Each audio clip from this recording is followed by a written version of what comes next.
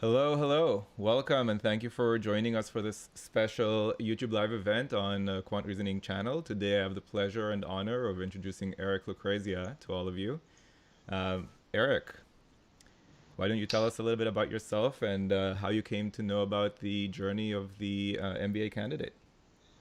Hey, Dunavi, thank you for having me today, and welcome to everyone in our audience. So, as Avi said, my name is Eric Lucrezia. I am the former director of recruitment for the global MBA program at ESSEC Business School in Paris, France, and in Singapore.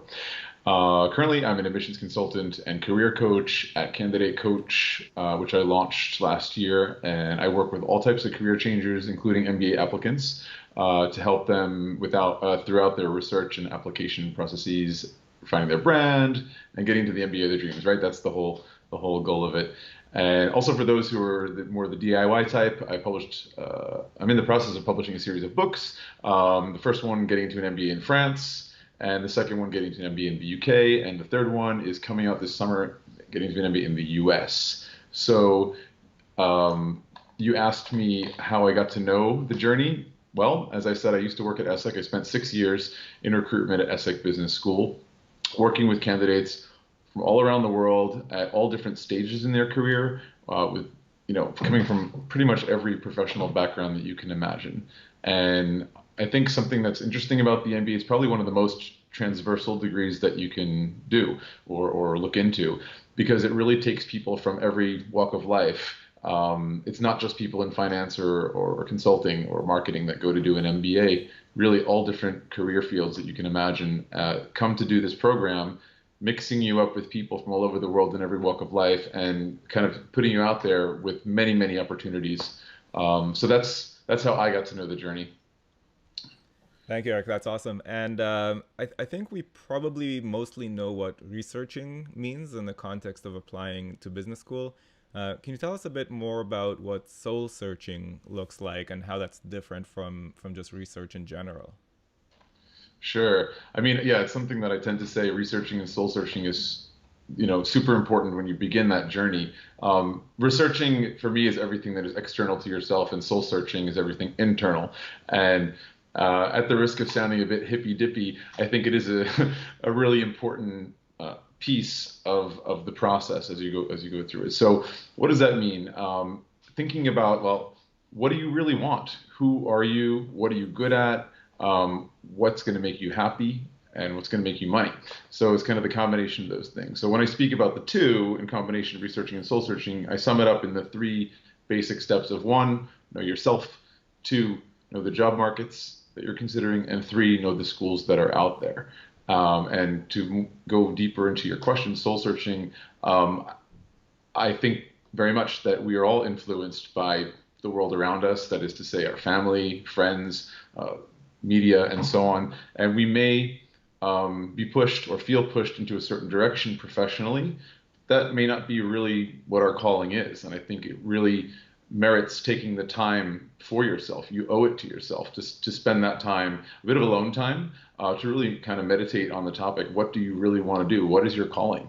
I think we spend a huge percentage of our lives in work, and it's worth it to take the time to figure out what's going to make you happiest, not just what's going to pay the bills.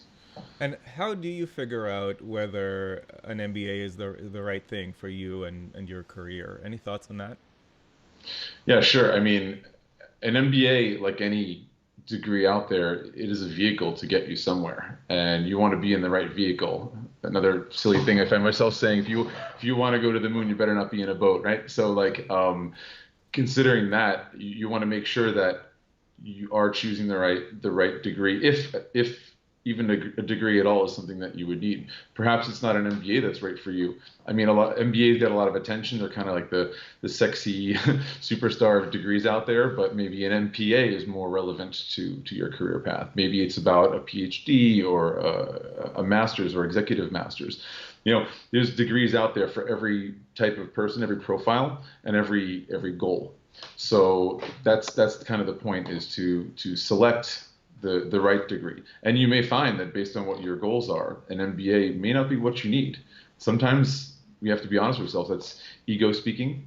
or egos of our parents, depending on where you're from, that could have a huge impact on your decision-making process. So I think that's all very important to think about. That's a great point. Another thing, Hmm. another thing I would want to add is as I'm talking, I'm just thinking like starting at kind of the end point. Like that's why it's so important that researching and soul searching process to figure out what is your goal and then working backwards. And that's how you can kind of figure out is an MBA right for you.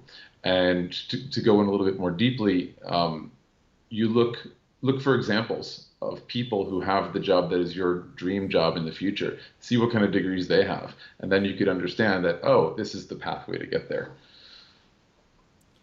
And I guess kind of a related question. There's a lot of talk these days about specialized MBAs.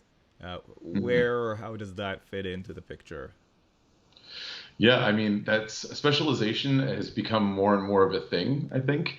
And I think that can be very attractive for companies to know and be, in a way, like reassured that the person that's applying for the job is indeed highly specialized, highly skilled, highly trained in that particular field. So that definitely can be something to give you an advantage. But I know some people feel that no, a more general, traditional MBA is a better fit, and that really, again, depends on you. So it all comes back to the original point of research and soul searching that helps you know. So just to give a couple of examples, I mean, here in France, there's a lot of MBA programs focusing on luxury brands or in the hospitality sector. It's kind of a specialty here. And if you are someone that is like 120% sure that you want to work in the luxury sector in the long term, then yes, indeed, an MBA with a focus or a specialization in luxury brand management makes absolute sense for you in your career. However, if it's like, oh, luxury is interesting, I really love, I don't know, Gucci or Louis Vuitton or something. If it's more like you're attracted to it from a consumer perspective, then it's probably not, and that's again going through your reflection process to figure out, am I just interested as a consumer, or is it really my passion to provide that service that comes along with working in luxury? Same for STEM. STEM MBAs have become really, really popular lately, and with good reason, because technology has woven its way into every single industry out there. And so a STEM MBA might be the right thing for you. But if you're somebody who is really looking for something broad and maybe less sure about the exact direction you want to go, a more traditional MBA is probably best for you. In that context, what are some examples of questions that candidates might want to ask the different programs and themselves with regards to what to pursue and whether to pursue? So what questions? I think you need to be thinking about what kind of experience you want to have during the MBA, because don't forget, this is a year or even 2 years of your life, right? So you need to think about what kind of a learner you are. Do you thrive in more of a large group or a smaller class setting? Do you prefer a more competitive or collaborative environment? Every school has their own culture. So something that I recommend is make from the very beginning, make a kind of an Excel file, and you can make a list of all the schools that you're considering. And that list is probably going to be quite extensive in the beginning when you know less about what you're looking for and even about yourself. And as you go through the process, that list will get narrower and narrower. And hopefully, when you're actually applying for schools, you're looking at three, maybe four. So you've done the work, if you've done the heavy lifting in the beginning, early on, you'll be much more focused and can save a lot of time and money, because don't forget, the application fees can can add up as well. So for me, when you're looking in the beginning, there's so many schools that could be interesting for you, and each of them has so many different details when you think about, again, class size, percentage diversity, percentage female. Is it in a big city or more a rural setting? If you're considering various countries, tuition, of course, various scholarships. There's so much. So that Excel sheet helps me keep all those details clear when you're thinking about so many different schools at once. Um, yeah. I love that idea of making a list of possible schools and then starting to narrow that down based on what matters to us. I think I did something similar when I applied to business school many, many years ago. Uh, when would you say is the right time to apply? Again, that really depends on you. So, I mean, there are general trends. Um, but of course, there are exceptions all over the place. Most MBA programs in Europe are usually like between 26 and 35 years old. That's kind of the target range that they're looking for. It's a little bit younger in the US. Like 24 is kind of a starting point, maybe to 32 or so. Again, this is just speaking on averages, right? So that's in terms of the limitations of the school.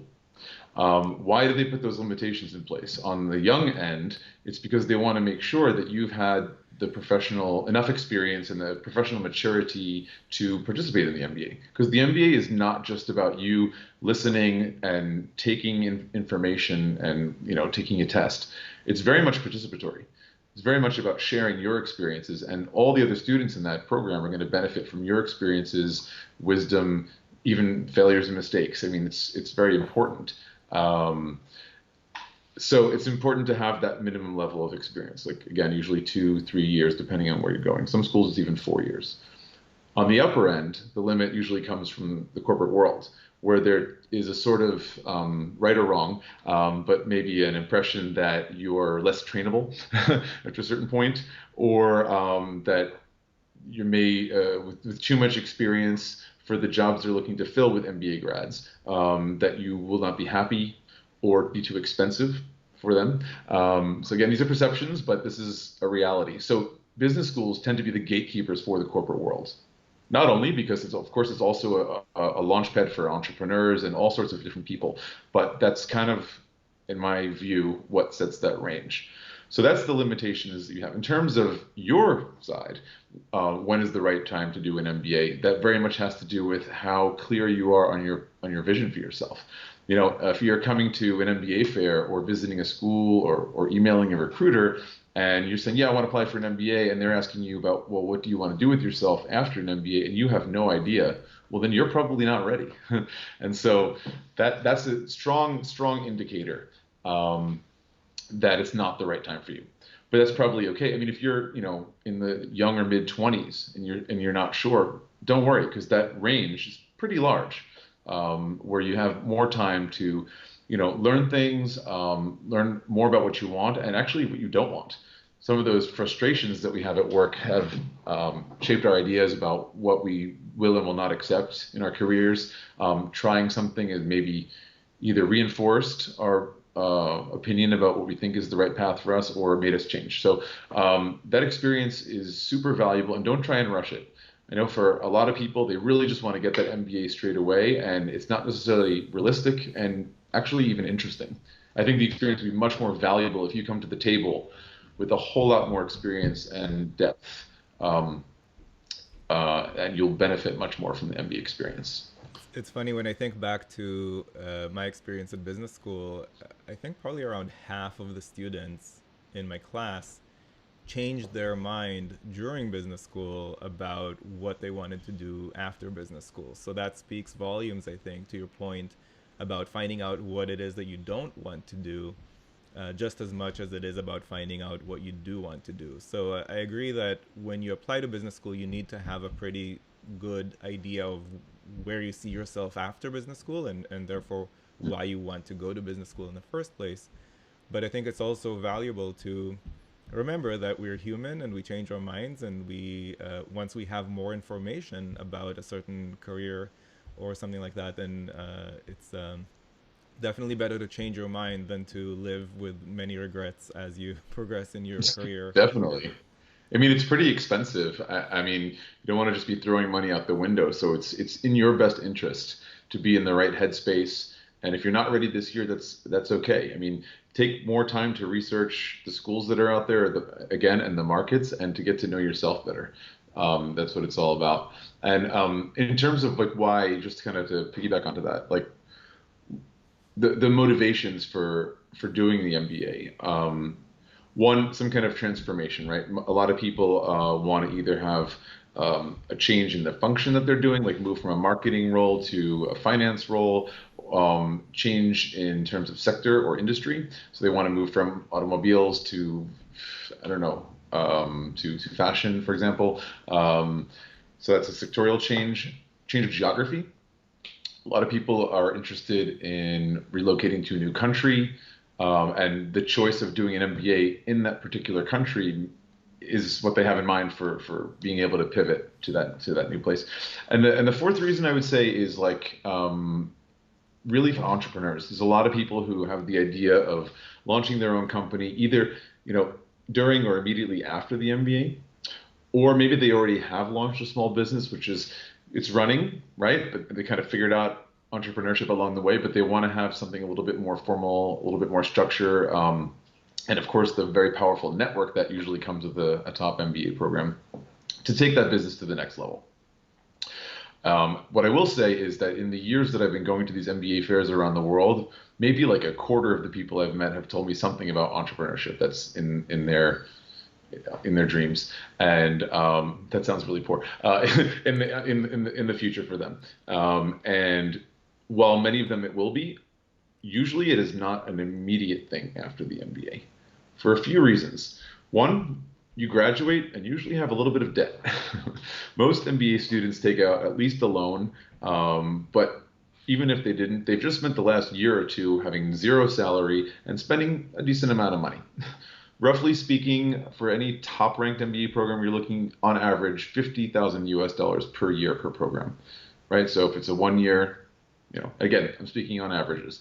So it's a big amount of money that you've just spent. And when you start up a company, you need capital. So the timing versus finance situation is not always ideal. The other thing is that a lot of times people at the end, even if they go into the MBA thinking they want to start a company right away, they feel that they want to work in a larger company for a number of years to gain more skills and knowledge and build upon their network. And then maybe 3 to 5 years afterwards, launch something. So this is just a pattern I've seen. The big dreams to start up a company, being your own boss is great, but it's obviously a huge risk. It takes a lot of work, and you're basically doing all of the functions of a company on your own, or with your partners if you're starting with partners. As I'm learning myself now, so after business school, I worked for Manhattan Prep, a big organization, for about 9 or 10 years, and just last year launched Quant Reasoning. So I think that speaks exactly to what you're describing there, Eric. And I think 2 to 3 years after business school is great to launch a business. In my case, it took closer to 10 years. But yeah, I think that's the dream for a lot of people. And I agree that you definitely want to make mistakes and learn while working for a large organization, so that by the time you launch your own business, you kind of have an idea of what you're doing and what the market looks like and that kind of stuff. Mm, absolutely. We have a question from one of our viewers here, Eric, about how to handle a large gap in the resume. Mm. Okay, that's a pretty common question I get from my clients, and I see on the interwebs circulating. And I think that a gap. I mean, I don't know how large you're talking about, but it is not uncommon to have a gap in your resume or your CV.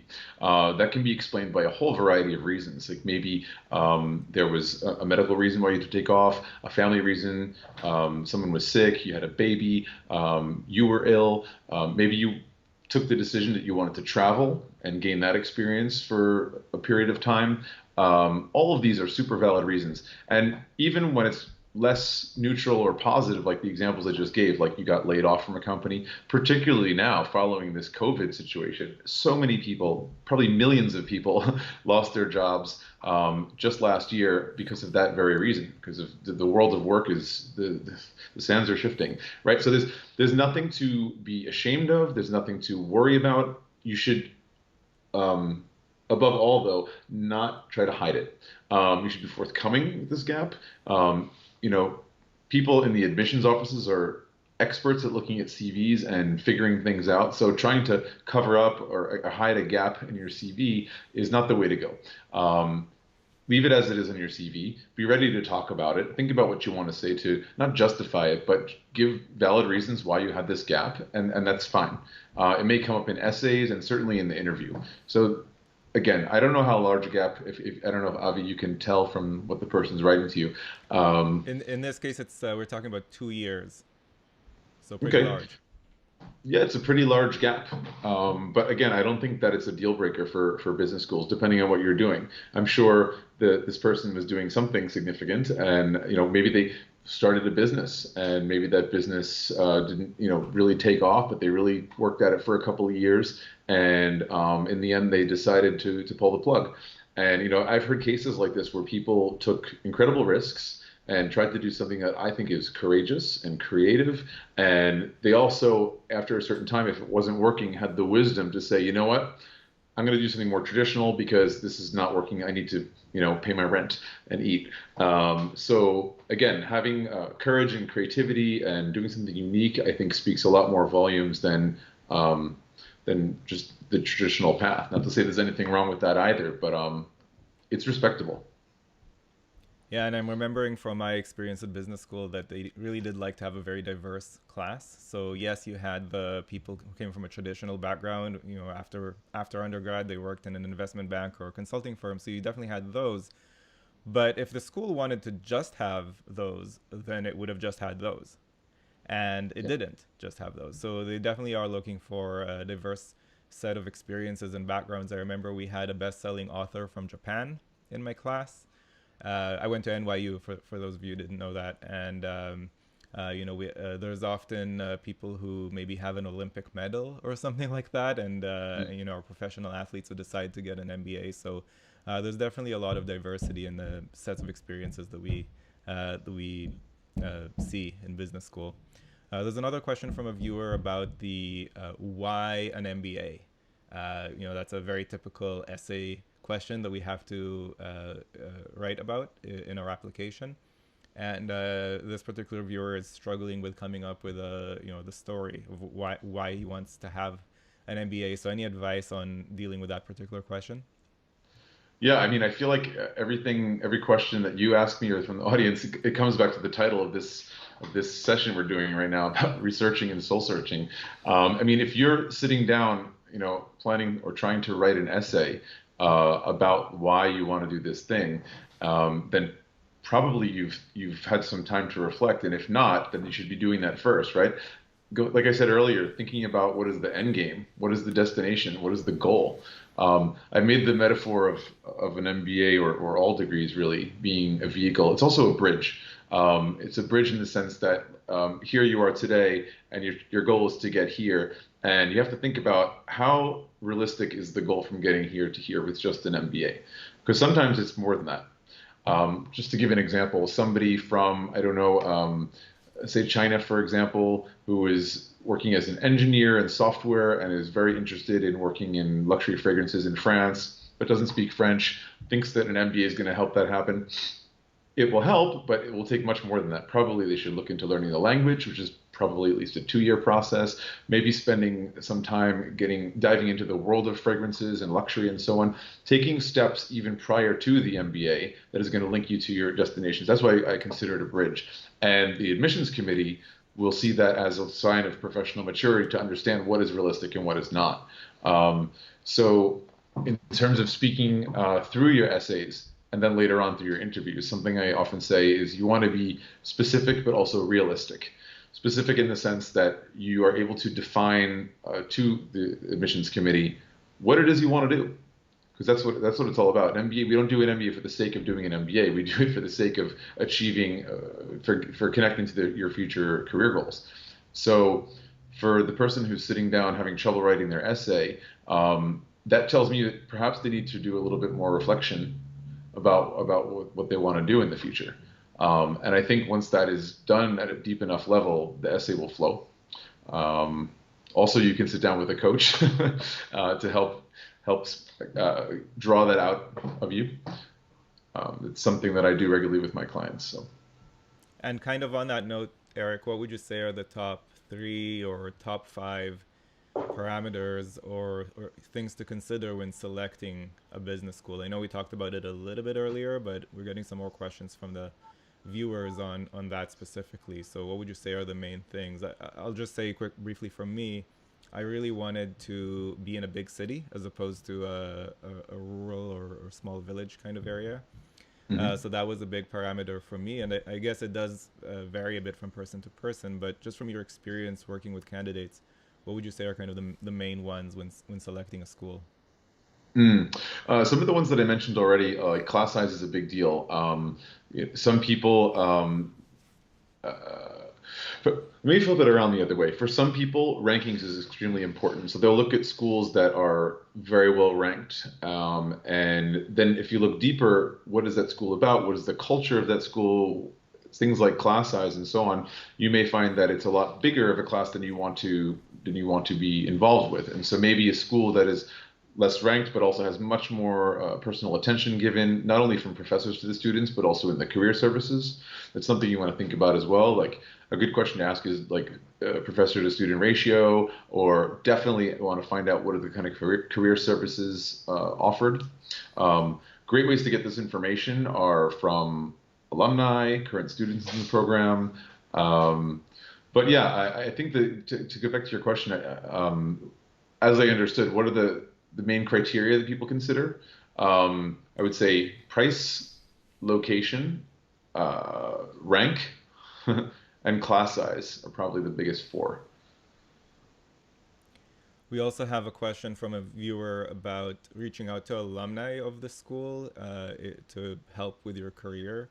I personally didn't do that. My career post business school was kind of not very traditional. Hmm. Do you, although I should say I met my wife in business school, so she's an alum of the same business school. And to the question, did I draw on any of the alums of my school? I would say yes, I drew very significantly on one woman who's now the mother of my child and my wife. But Eric, can you speak to that at all? Like the importance of the alumni network of a school and the benefits of tapping into such a network? Yeah, sure. I mean, some of the critics of MBA programs will say, well, you're just purchasing a network. And yeah, in a way, that's true because these days there's so much information available for free online. You can take MOOCs with some really top-noted big schools, or just download information, get books. I mean, you can teach yourself finance, you can teach yourself marketing. Will you do it in the context of building a network at the same time? Probably not if you're not going to a school, at least a school, versus do it yourself. But yes, I mean, one of the most important reasons for doing an MBA program is the powerful global network that it comes with. I mean, most schools do their best to attract a very diverse global population from, again, all walks of life, from as many countries as possible, and but the best and brightest of these people, and to put them together and to have them get to know each other, teach each other, challenge the professors, do projects together, connect with companies, and ultimately get fantastic jobs, because that's what it's all about, right? Business schools, they're these great, bastions of higher learning, but they are very much interested in finding the best people out there, teaching them a few things, polishing them, putting their stamp on them, and sending them out into the universe, saying, "Hey, look what we made!" Right? So, this is the kind of people that they're looking to draw in and put out. I think I've lost the thread of your question a little bit, though. Um, oh yeah, the alumni. Right. So for a lot of people, it's very obvious to reach out to alumni during their research process. For others, not so much. I've even heard of some schools putting that on their application form, that it's a requirement they speak to at least two alumni from the program, just to be sure that they've done that kind of research, right? But before alumni, probably what I would suggest is to reach out to current students. They're a little bit more accessible because they're, first of all, probably closer in age to you, and they're not working in some high demand job. Not to say that the MBA itself is not super high demand. That is absolutely the case. But a lot of business schools have designated student ambassadors who are either paid or not, but in any case, they have the job of responding to inquiries from the public. So that's a good starting point. Current students. Current students also are literally the only people on earth who can tell you exactly what's going on in the program right now from a student perspective. Of course, the recruiters and the admissions team are there for you and to answer questions, but let's be honest, we're all selling something, right? So, I mean, the ones that are students in the program, they are people that are currently paying money for this thing. And if they're able to tell you some good things about the program, that's probably a good sign.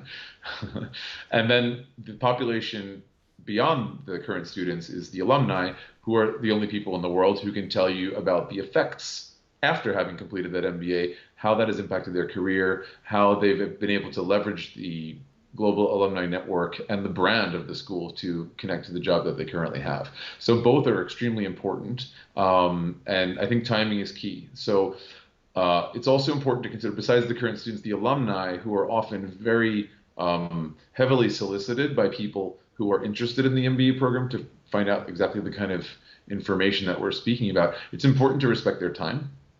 It's important not to ask them questions that can easily be answered by the website. So for me, these should be very, very high level questions. You want to limit the amount of time or word space if it's an email that you go into things, but asking very pointed, specific questions that are going to add value to your awareness of the school at a deeper level at the point when you've already done your homework. It's important to do your homework. It's a simple sign of respect. Since the internet has, boomed everywhere, there's an expectation that you do your own research, that you're not going up to, the recruiter or an alumni or an admissions person and asking like, are you guys in Spain? If they're in Canada, I mean, like, do them that respect, and they have spent a lot of time and money putting all this information on the website. So that's up to you to do all that background work first. So that's a really important point. I think that you will look better as a candidate if you show your due diligence. I'll just add to that, Eric, that if you're sending out a note, whether it's via LinkedIn or an email to an alumni or a current student, if that person is going to have to scroll down to see your whole note, then it's too long. Absolutely. uh, Ideally, it should be something that could be read on a smartphone screen without having to scroll. And you might also want to use bullet points just to kind of help you be more concise with whatever questions it is that you're asking. And as Eric said, of course, you don't want to be asking anything that can be easily found elsewhere, just to be respectful of that person's time. I Eric, would we say, have a. Go ahead. sorry, go ahead. I was going to say plan to ask like maybe two or three questions, and that's it really. And then if they open it up, say, oh, let's jump on the phone, and they offer their time, that's another story. Then but don't just presuppose or presume that they're going to give you, an hour to write a huge email to answer all your questions. Like two, three questions is the max. And then there's loads of other alumni out there. Move on to someone else. Exactly. And to your point about student ambassadors, Eric, when I was at NYU so many years ago, they had a lunch program. It's called Lunch with a Student, where a student meets for lunch with a candidate. And I participated in that program. We weren't paid for it, but the school did pay for the lunch. So I got a free lunch At in least. exchange for chatting for a half hour with a candidate. And I don't know if NYU still has that program. I don't know which other schools have that program, but it's worth investigating as well, because there's nothing better than picking someone's brain who's actually in the program that you're thinking about applying for, to find out if it's the right fit for you, etc. There's What's another. also cool Go ahead, about Eric. that Oh, what's also cool about that is like you're actually starting to build your network with that school early. Like presumably, when you're at the point where you're contacting people, you've probably narrowed it down to like five, maybe eight, 10 max schools that you're really having those conversations with. I think you should be able to get to the point where you're less than 10, perhaps less than five, you know, when you've done your due diligence, doing the research, right? So when you're reaching out to people, it shouldn't be that many schools. And, by virtue of contacting these people, one of those few schools that's in your, short list is going to end up hopefully being the school that you go to, right? And so it's kind of cool to be developing your network so early on, like before you're even, admitted that you have connections that you start to build. And definitely use LinkedIn. It's a great way to not only find these, because as far as current students, most MBA programs on their website will list who are the student ambassadors. They're pretty much saying contact these people if you have questions, whether they offer their direct emails or not, or maybe it will be their LinkedIn pages or both. Alumni, however, are often contacted either organized by events by the recruiters. They'll do like alumni coffee chats. That's pretty common. Or you can just hunt around for them, on LinkedIn. So you could search like, you know, I don't know, INSEAD MBA and student or something like that, and you'll find people that way as well. And you can ask for a connection. What I mean by that is if you don't have the premium LinkedIn version, which is a really good idea to get when you're in the process of applying, and definitely while you're a current student and when you're looking for a job post MBA, to pay for the premium LinkedIn account. I don't work for LinkedIn. This is not a pitch for them, but I just think it's smart. um, but even without that, like you can connect with someone, and what you always want to do when you're connecting with someone on LinkedIn that you don't know is to personalize the request, and in a very succinct way. I mean, you only get like 140 characters. I think it's like a tweet basically. You can tell them very briefly why you're reaching out to them and if they wouldn't mind connecting with you. That kind of politeness goes a long way. There was also a question from a viewer about what if we don't have any work experience at all and we want to go to business school? I know that, again, when I was at NYU, there was one student that I know of out of 415 students in the class. There was one who came in straight from undergrad, no work experience whatsoever. And at NYU, it was a 5-year average work experience. So I think that kind of shows that there is a pretty significant standard deviation there. Mm. Average of 5, but there was one person with 0, and there were also people with 10 years work experience. But from what you've seen, Eric, is it worthwhile to apply with with no experience whatsoever? And is there a chance of admissions? Does it decrease your chances of admissions, etc.? Those are the questions there.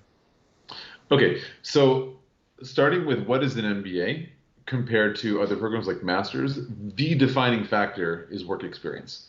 The definition of an MBA, it's weird because it's Master of Business Administration. So a lot of people see, oh, it's a master's degree. But an MBA is considered a terminal degree in the business world. So it's above a master's. Note being, it's not required that you have a master's to do an MBA. Probably more than half have a bachelor's degree, they've worked for a number of years, and then they go into an MBA. So doing a master's between is an option, but not required. That said, if the defining factor of what is an MBA is work experience, then it's very unlikely that if you have 0 years work experience that you could get into an MBA program. It's usually very strictly defined on the website. Again, most American schools, it's a minimum of 2 years, average 4 or 5. In Europe, minimum 3 years, average 6 or 7 years professional experience. And why?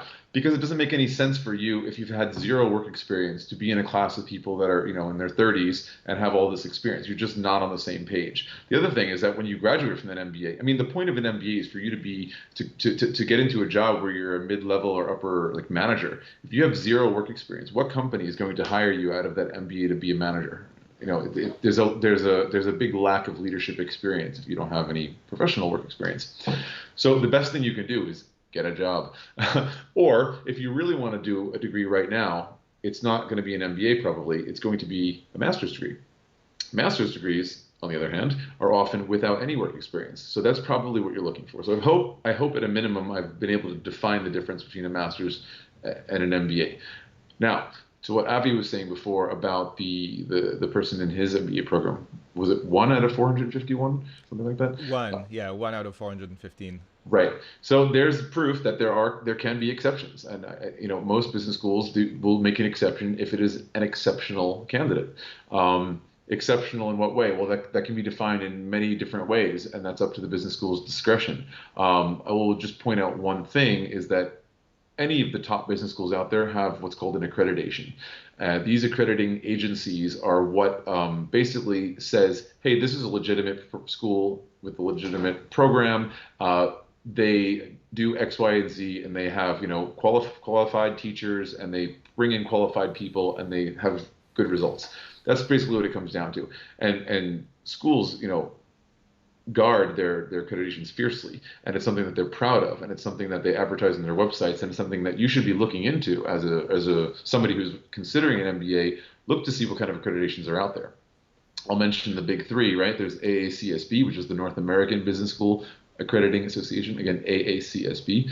The European one is EQUIS or EQUIS, depending on how you want to pronounce it. And then the third one that's really big is AMBA. That's British. Schools that have the 3 of these are known as Triple Crown accredited.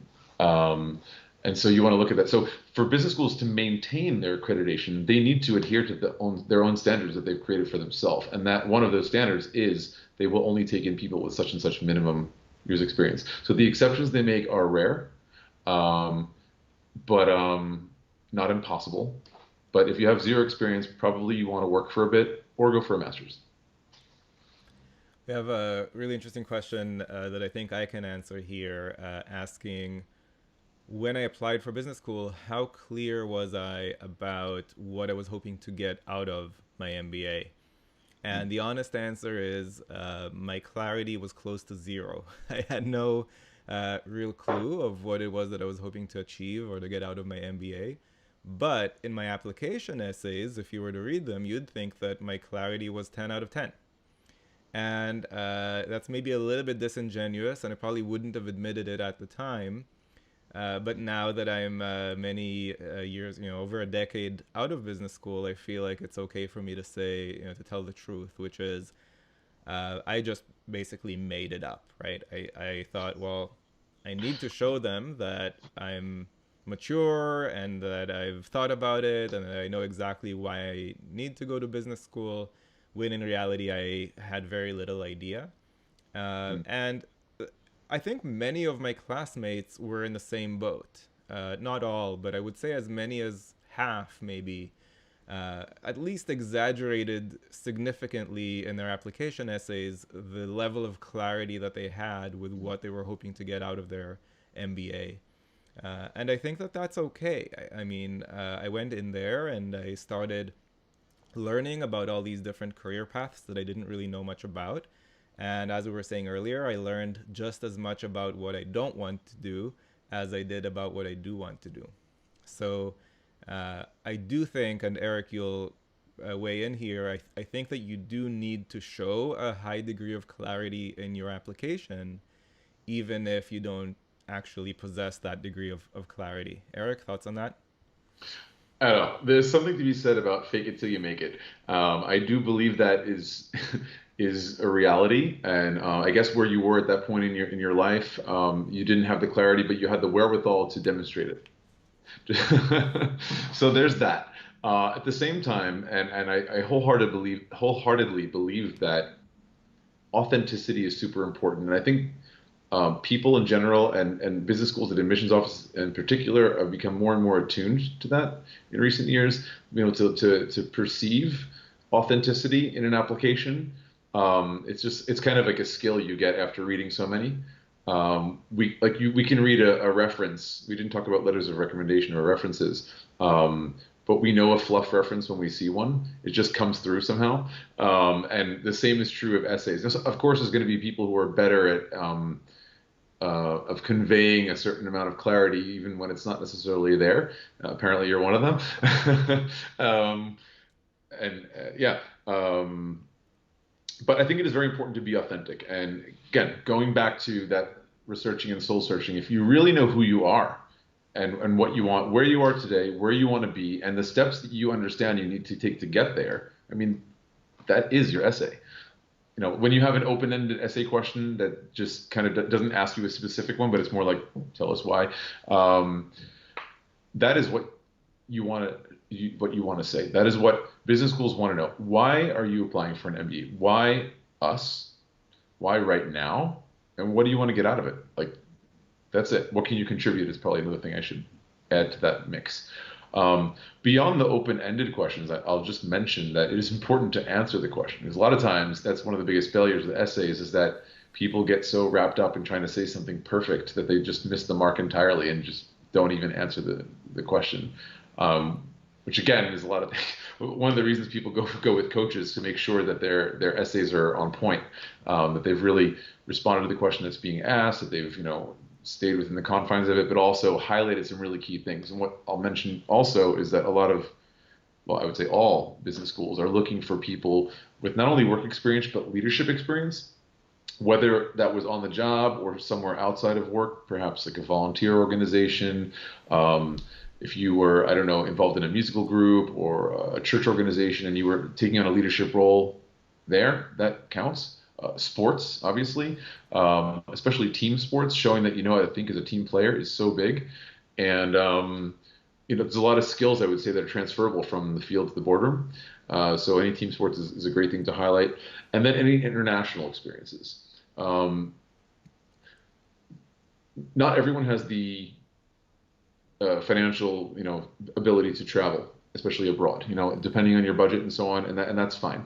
But if you've never been able to travel yourself abroad, that you somehow made an effort to make connections with people from other countries. That could be a work thing where you work for an international company, right? So say you're in India, but you work for an American company, for example, or you have offices in several countries, or maybe you speak multiple languages, or you have connections somehow abroad. Like any that speaks to, I would say, an emotional or maturity, like the EQ question, right? That you have an affinity or an appreciation for people from other cultures, that you'll be able to get along. Because that is, again, why a lot of people do an MBA. They want to work at like a big multinational, and to have that empathy and ability to interact with people from other cultures in a stressful environment is big. So yeah, all that's important. That was a really great insight, Eric. I hadn't considered that, but you're right. If your resume is thin on international experience, then you want to bolster that in whatever ways possible. And it's such a great idea to tell a story about how you collaborated with colleagues from other countries, or maybe even a colleague in your country who came from another country, right? Oh, one of my As colleagues well. here in the office in India is from the UAE, and obviously that's a different culture, but we get along and we collaborated in the following ways. And here's what I learned from working with someone from another culture. I discovered that these particular things are unique to my culture, and someone from another culture looks at things differently. And that was that could go into an essay about a failure, or it could go into an essay about success, or anything in between. But it's a great way to kind of highlight the fact that you appreciate the cultural differences that they're kind of looking to see that you appreciate in the essay. On the point of coaching, you gave me a compliment earlier, Eric, that I was able to fake it till I make it, and make my essay seem like I know what I want to get out of business school. But I had no idea how to do that. I worked with a coach, and the coach helped me kind of figure out what my story is going to be. And I wouldn't even call it a lie. I think that story was true for that moment in time for me. And then as I learned more in business school and found out more things, then that story changed. And I think that that's absolutely appropriate. And they expect that, I think, in the admissions office. They know that your goals pre MBA are not necessarily going to remain the same goals during and post MBA. I think that's Yes. kind of part of the point of getting an MBA, is to learn more about yourself and about the different opportunities that are available to you. Totally. I mean, if the MBA is worth its salt, I mean, like you're going to be exposed to brilliant professors, brilliant fellow students, just new ideas that come up in conversation, alumni, and corporate contacts as you do. There's a lot of career events throughout an MBA, or at least there should be, and you may very well be inspired to do a total pivot from what your essay stated that you were going to business school for. Like you may connect with a fellow student in the program and have this brilliant idea, you want to launch a company together, and these things happen. So that's exciting, also nerve-wracking, but it just means that the MBA, I think, is actually doing something. It's transforming you. What I will also say is a lot of people go through this transformation process during the MBA where they deviate from their stated plan. They start going down this other path because it's really attracting them. And then many of those people come back to their plan A. So I think it's important to keep an open mind on so many levels, but also about yourself, being patient with yourself and allowing yourself that space to grow, test out new ideas, come back to something that you realize is probably a better bet, but also taking risks. It's balancing a lot of things at once, and it's really really hard to examine yourself while you're going through that process, right? Because like we're inside our own bodies.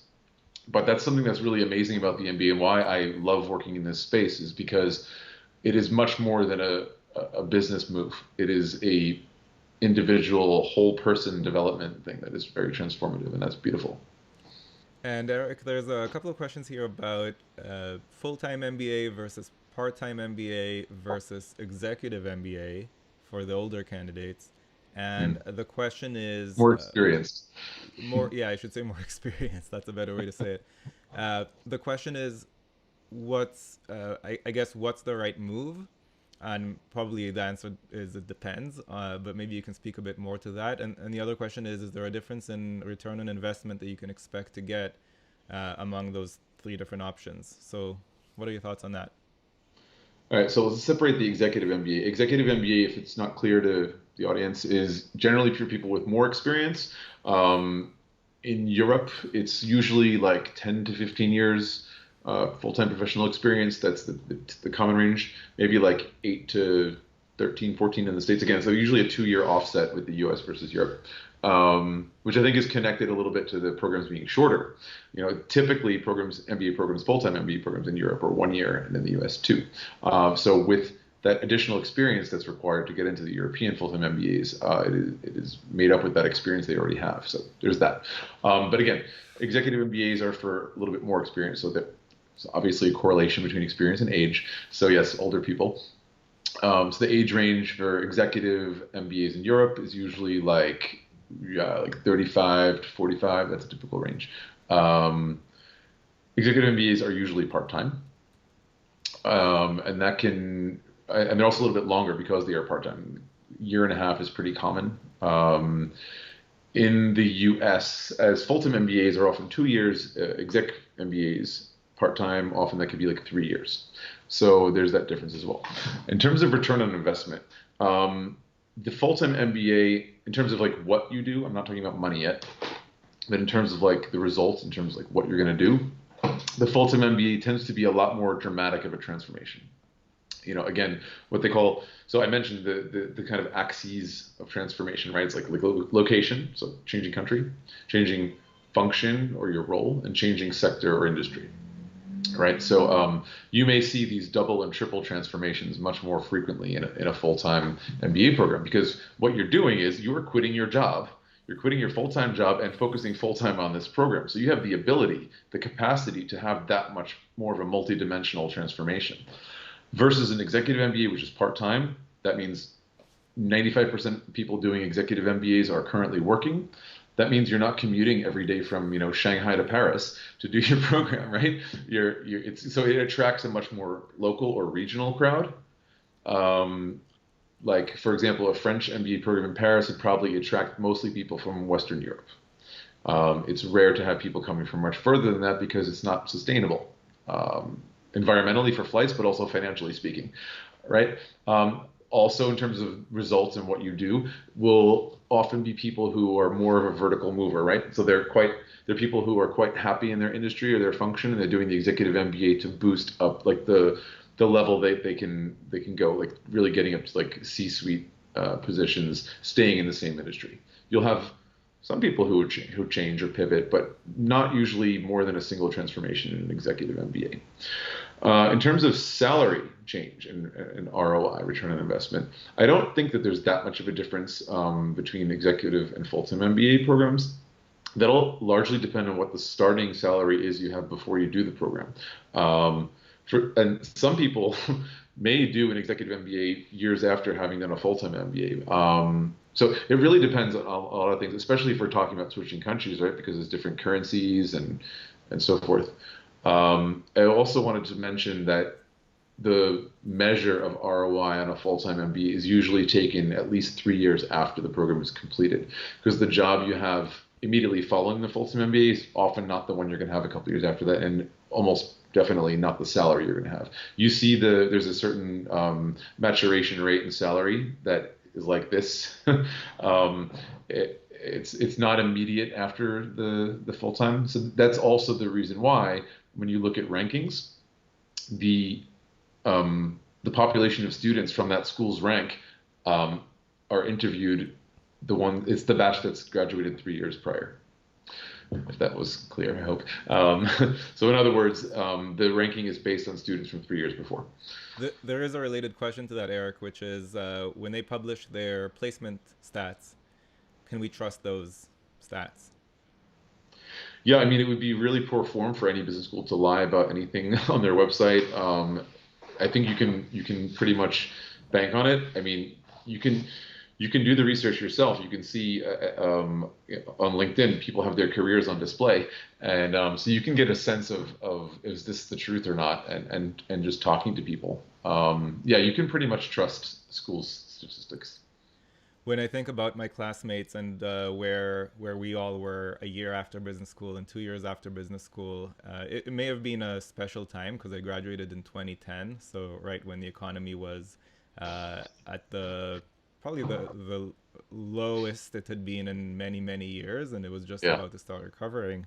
But I spent my first year after business school in the largest hedge fund in the world. It's called Bridgewater Associates, and didn't actually like the hedge fund world, which is probably surprising to a lot of people.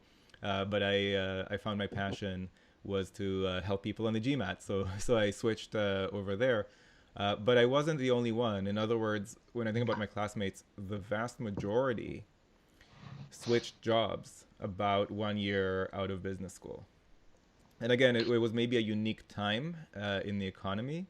So it's probably not quite that extreme normally, but yeah, I mean, certainly 5 years down the road, almost no one was still working at the same job that they had right out of business school.